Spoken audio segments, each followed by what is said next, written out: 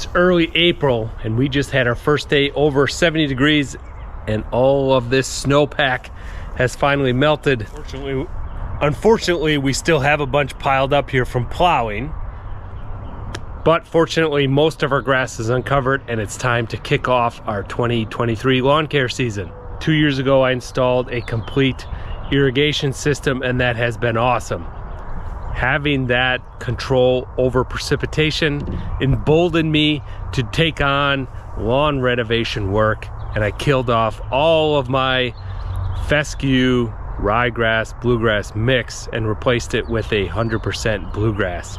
So this will be the first full season with my new Kentucky bluegrass, which Kentucky bluegrass is notorious for taking some time, especially in cold weather areas like this where our growing season is relatively short, to reach maturity and fill in nicely. You can see there's a big opportunity for this spot over here to fill in. So my priority for this year is going to be feeding this new grass, keeping the weeds at bay, and thickening it up so I can get a nice turf and prevent any erosion. If you have a cool season lawn like I do, and you want to make a big change, or in my case, kind of give it a big boost after having a completely new lawn last year, we need to take advantage of the spring weather when we've got perfect growing temperatures and an excess of moisture. To help me do that, I'm going to use a backpack sprayer. This is a new one I got this year. An upgrade from a manual one. It is an electric. Petra Tools. I've got a separate video just going over a review of the sprayer, but it does make life a bit easier and speeds things up. I've got a relatively large lawn, so that's appreciated. Also, so from Petra Tools, I got a little spray kit. So we've got liquid lawn fertilizer. This is great for spring for the first application. It's very bioavailable for the lawn right after it's coming out of hibernation to take this up and give it a boost. Then I'm going to transition to granular to kind of sustain that feed. But the first one I'm going to do with this fertilizer. This also has humic acid in it, potassium, those micronutrients. So this is a pretty good mix. We'll see how it does and if it livens up the grass. We also have some liquid iron. So this is the secret ingredient, Milorganite. Some other fertilizers add this. This adds the deep green color to our grass, especially Kentucky bluegrass, which I switched to last year. So I'm gonna add that in there. It comes with a surfactant. Basically, this just lowers the surface tension of the water and makes big droplets into smaller droplets to spread the mist out more evenly. So a lot of your spray products will call for this. Last year I used Bubble Mix, now I've got the real deal. So I'm gonna take advantage of that. And what I used in the review of this sprayer is actually some green grass paint, and I did it kind of as a joke and then to mark out the spray area. I filled up 2 gallons, and basically I want to know how many square feet per gallon of spray material that I can cover, so then that dictates how much chemical I put in. So I use this to define the area better, but actually this stuff works really good. It makes the grass look amazing. This might be the secret ingredient in Augusta's amazing looking turf. So that's kind of interesting. The only negative is there's overspray, so I don't really want to get it on my edges or driveway. I think it would wash off there eventually, but it would kind of tacky to have green edges all around everything, but kind of funny. I'll show you what that looks like because it looks amazing.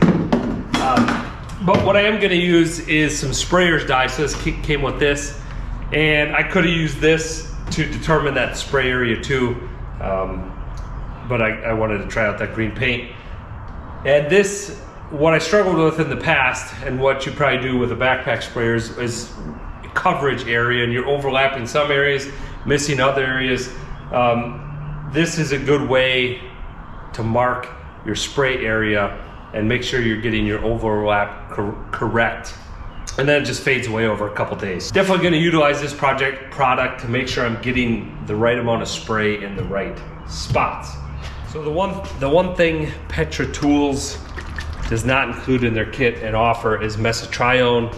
This has become my secret ingredient for all year, but especially spring.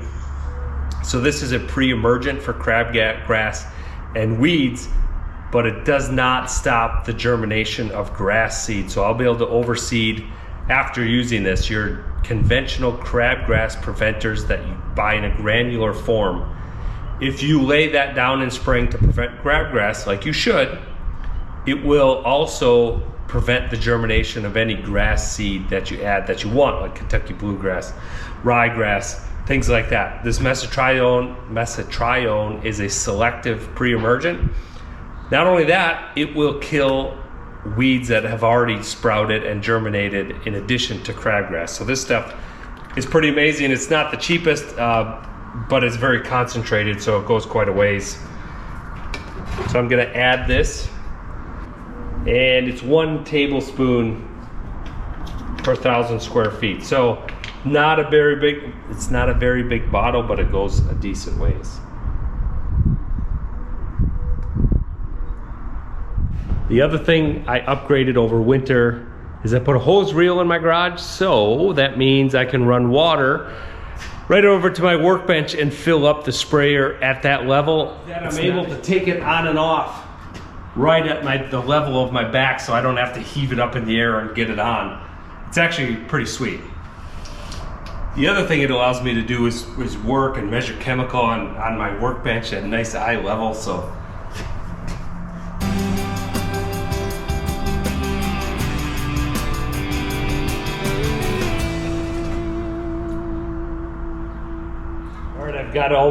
I've got the fertilizer, the iron, the surfactant, the mesotrione, all in there. The last thing is our spray dye. This stuff's pretty potent. I already got myself blue just by puncturing the seal. So we need 4 teaspoons for 4 gallons, basically the same exact amount as mesotrione as it happens to be. So this thing's gonna last a long time, so it's an added expense, but this thing should last me the whole season, probably multiple seasons. 2, 3.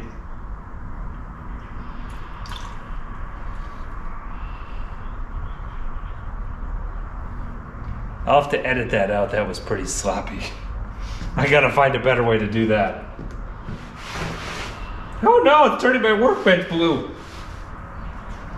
It's turning everything blue. No, it's turning me blue. But I'm thinking I should add this last, outside. Right now I gotta clean this up. Blue dye disaster averted. Well, maybe mitigated. So that is very convenient, being able to slip these shoulder straps on, get this thing buckled while it's up on there. So having water in your garage or near a table is very helpful. Let's go get this spray going. It is more time consuming than spreading granular, but where the time savings is, you can see all of the products that I could add and get on in this one spray application. I've got my pre-emergent, I've got my fertilizer, I've got my iron, I've got my pre-emergent weed killer in one, and this is not available in a granular form, so it kind of forces you into spray. And then I've got my marker to make sure that we're gonna hit it all. Let's go lay it down.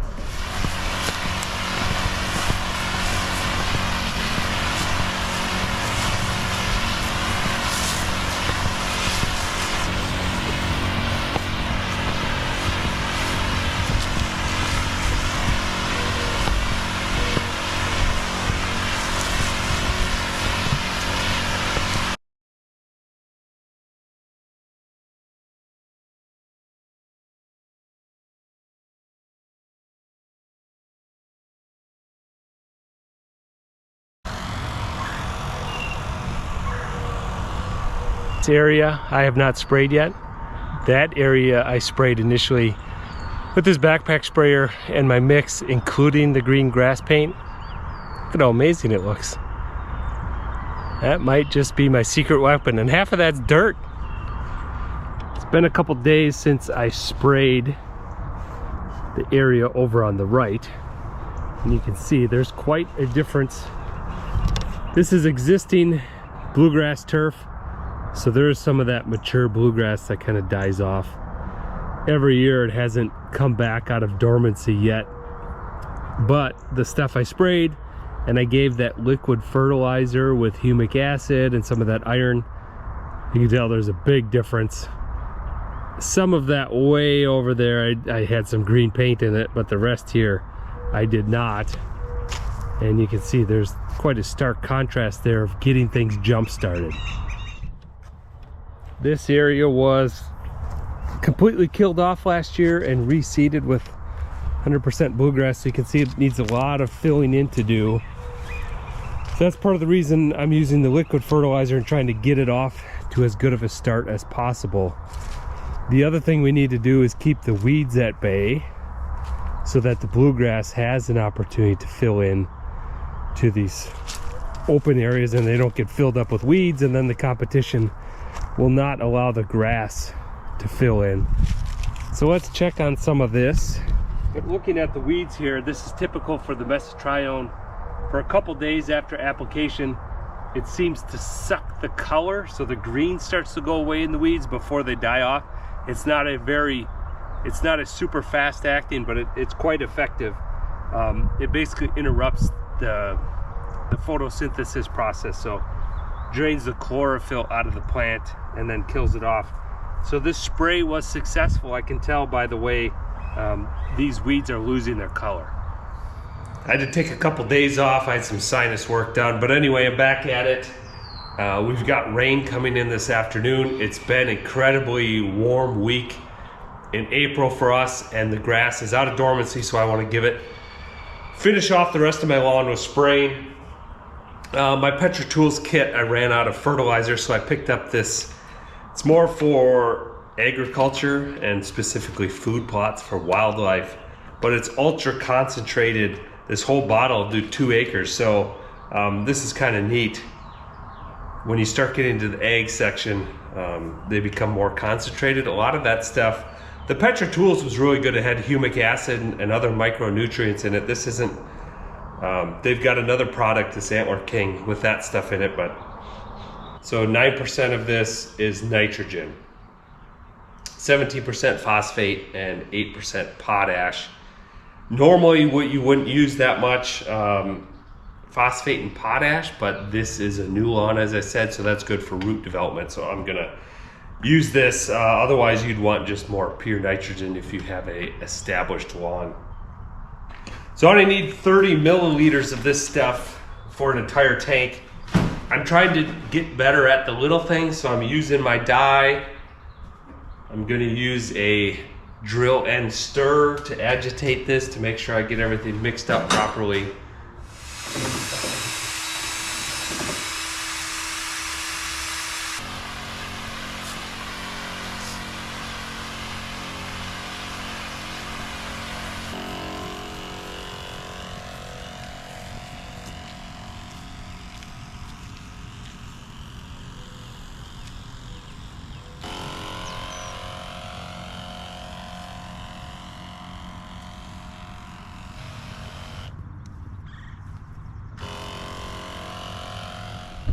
I added a bit more blue dye this time, and I have to say it does make a huge difference. You can see right where I left off, I've got odd shaped things. I got to go refill the sprayer, and I can tell exactly where I left off, so I'm not wasting and or missing spots.